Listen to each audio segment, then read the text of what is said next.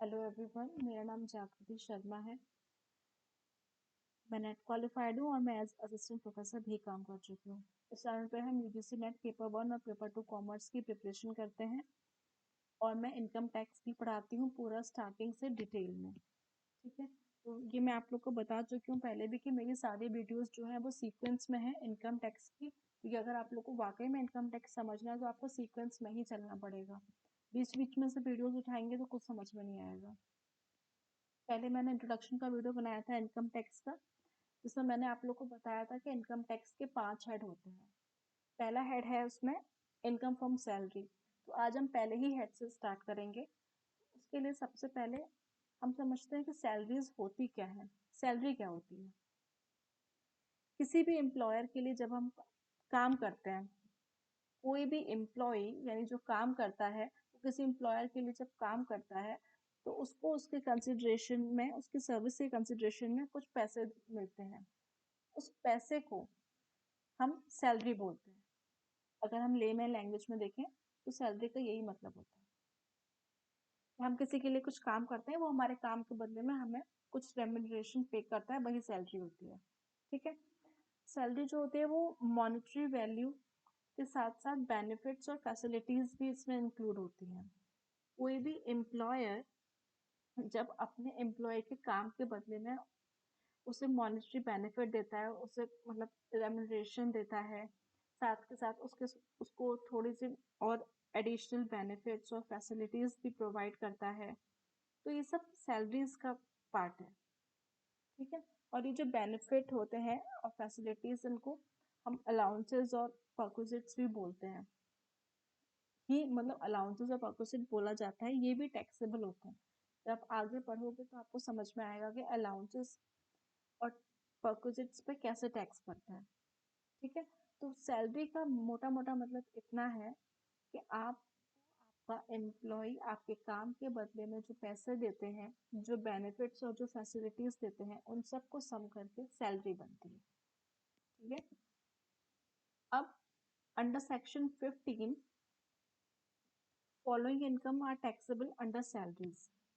ठीक है, और इसमें सबसे पहले देखिए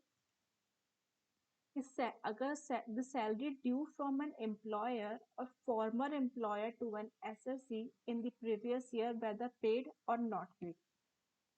मतलब हमारे हमारा पिछले साल हमने कोई पिछली, अच्छा, प्रीवियस ईयर और असेसमेंट ईयर का डिफरेंस मैंने लास्ट वीडियो में पढ़ाया हुआ है, आप लोग वहां से देख सकते हैं।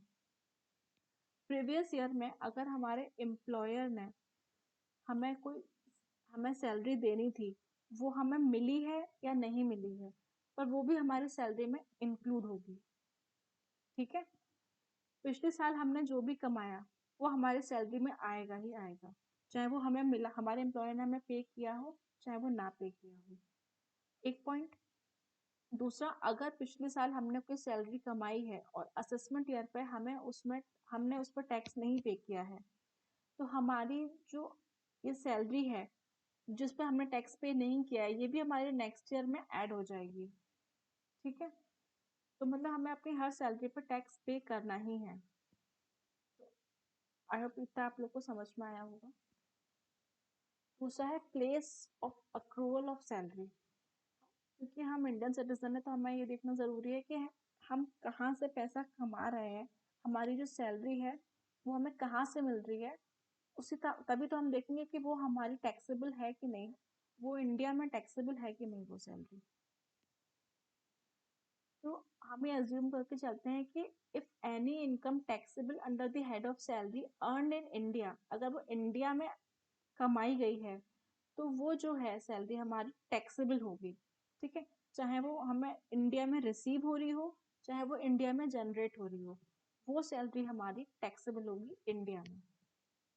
दूसरा, if a person employed in India goes on leave outside the country, अगर कोई इंडियन एम्प्लॉय है और वो छुट्टियों पर बाहर चला जाता है आउटसाइड कंट्री, और वो बाहर जब है तब भी अगर वो अपनी सैलरी रिसीव कर रहा है तो वो इंडिया, वो सैलरी तो उसको इंडिया से ही मिल रही है, तो भी वो जो सैलरी है उसकी, वो भी जो है deem to have been earn in India कहलाई जाएगी। भले ही वो इंडिया के बाहर है पर सैलरी तो वो इंडिया से ही उठा रहा है, तो वो सैलरी भी टैक्सेबल होगी। दूसरा, एक आदमी है, उसने पूरी उम्र अपनी इंडिया में रहा, इंडिया में काम किया, और आफ्टर रिटायरमेंट वो आउटसाइड सेटल हो गया इंडिया के, ठीक है।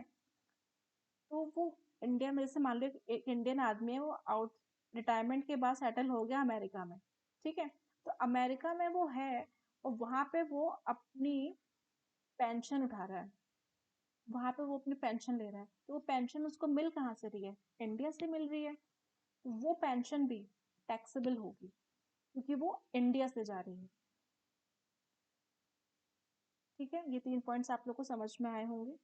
तो फोर्थ पॉइंट में है कि कोई गवर्नमेंट एम्प्लॉय है, इंडिया का कोई गवर्नमेंट एम्प्लॉय है, और इंडिया ने उसको इंडिया से बाहर किसी अपनी बाहर की ब्रांच में पोस्ट कर दिया है। जैसे मान लो कोई इंडियन एम्प्लॉय है और उसे इंडिया ने अमेरिका से एम्बेसीज वगैरह होती हैं, अमेरिकन अमेरिका में एम्बेसी में वो पोस्टेड है, तो वहाँ पे जो वो इनकम कमाएगा, वो इनकम जो है वो भी टैक्सेबल होगी। भले ही वो इंडिया के बाहर रह रहा है, पर इनकम तो जो सैलरी है वो तो उसे इंडिया से ही मिल रही है, वो सैलरी भी उसकी टैक्सेबल होगी।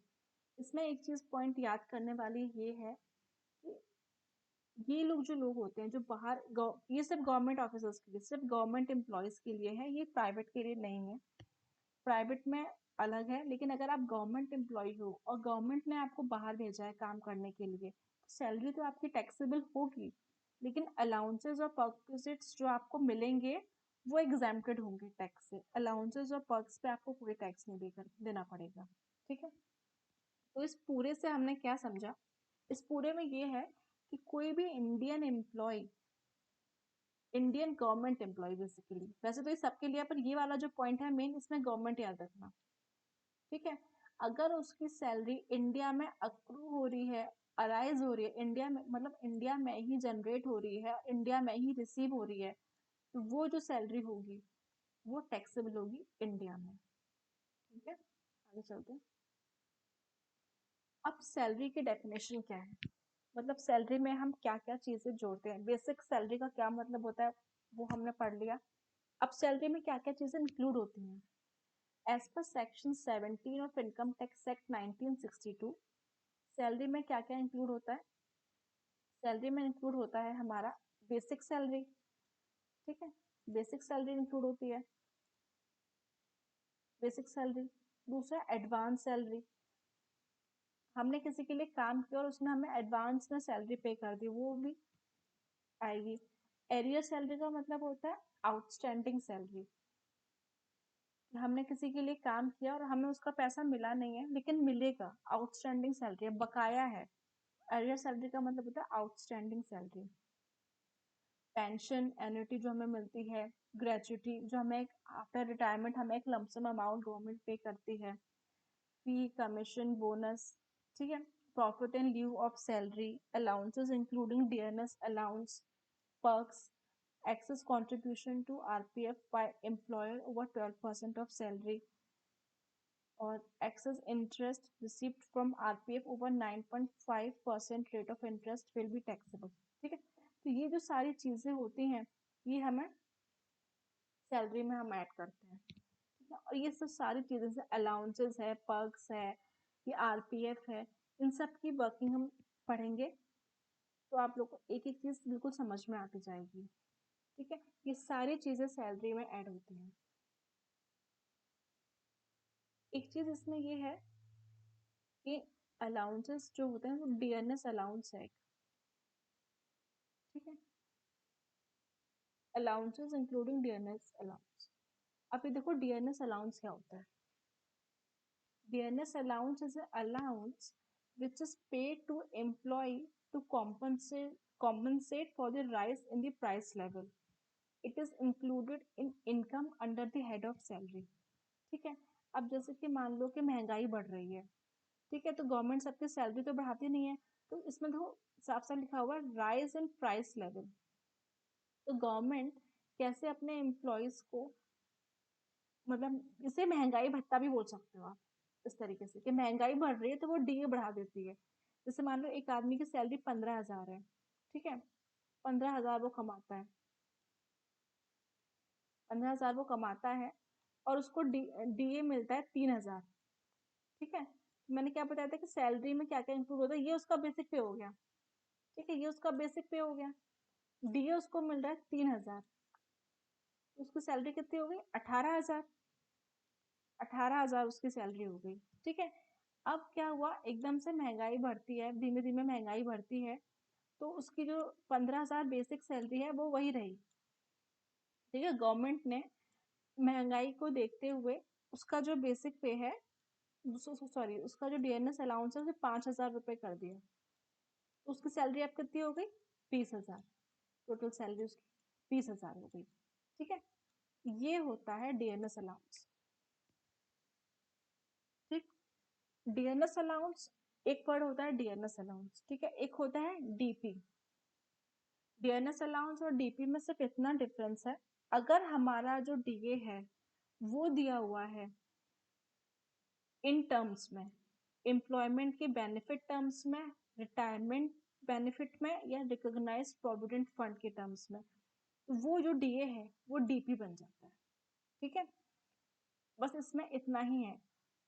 जब आप क्वेश्चंस पढ़ोगे तो उसमें ये चीज आप लोगों को मेंशन होगी, अगर डीए आप लोग का दिया हुआ है in terms of employment benefit, in terms of retirement benefit, या फिर रिकॉग्नाइज्ड प्रोविडेंट फंड के टर्म्स में आपको दिया हुआ है, तो ये हमारा डीपी बन जाएगा। बहुत सी सैलरी कंप्यूटेशन में, जैसे अभी आप देखोगे ये तो बेसिक सैलरी हो गई, लेकिन जब आप अलाउंसेस देखोगे, अलाउंसेस में एचआरए है, आरपीएफ है, मतलब आरपीएफ तो पता ही होगा, रिकॉग्नाइज्ड प्रोविडेंट फंड है ना, या रेंट फ्री अकोमोडेशंस है, इनमें भी सैलरी का कंप्यूटेशन अलग अलग होता है। तो जब हम बाकी सबका निकालते हैं, जैसे हमने मान लो हाउस रेंट अलाउंस में हम सैलरी कंप्यूटेशन कर रहे हैं, तो उसमें हम डीए नहीं डीपी लेते हैं, इसीलिए ये थोड़ा सा डिफरेंस है। लेकिन जब आप लोग आगे आगे की वीडियो में जब मैं अलाउंसेस पढ़ाऊंगी तो मैं उसमें ये चीज़ पूरा आप लोग को अच्छे से बता दूंगी किस तरीके से एचआरए में सैलरी कंप्यूट होती है, स्टेप बाय स्टेप चलेंगे। ठीक है, तो ये होता है डीएनएस अलाउंस और डीएनएस पे। सैलरी में कॉन्सेप्चुअली इतना ही है। इसके बाद हम अलाउंसेस का वीडियो करेंगे, सॉरी मतलब इसके बाद हम अलाउंसेस पढ़ेंगे, उसमें मैं पूरा बताऊंगी कि अलाउंसेस क्या क्या होता है। सैलरी तो ये हो गई, इसके साथ गवर्नमेंट हमें अलाउंसेस भी देती है, परक्विजिट्स भी देती है। तो नेक्स्ट वीडियो में हम पढ़ेंगे कि अलाउंसेस क्या क्या होते हैं, कितने तरह के होते हैं और किस तरीके से टैक्सेबल होते हैं। ठीक है, आई होप आप लोग को सैलरी समझ में आई होगी कि सैलरी क्या होती है। अगर आप लोग को ये वीडियो पसंद आया हो तो प्लीज़ मेरे चैनल को सब्सक्राइब करिएगा। Thank you.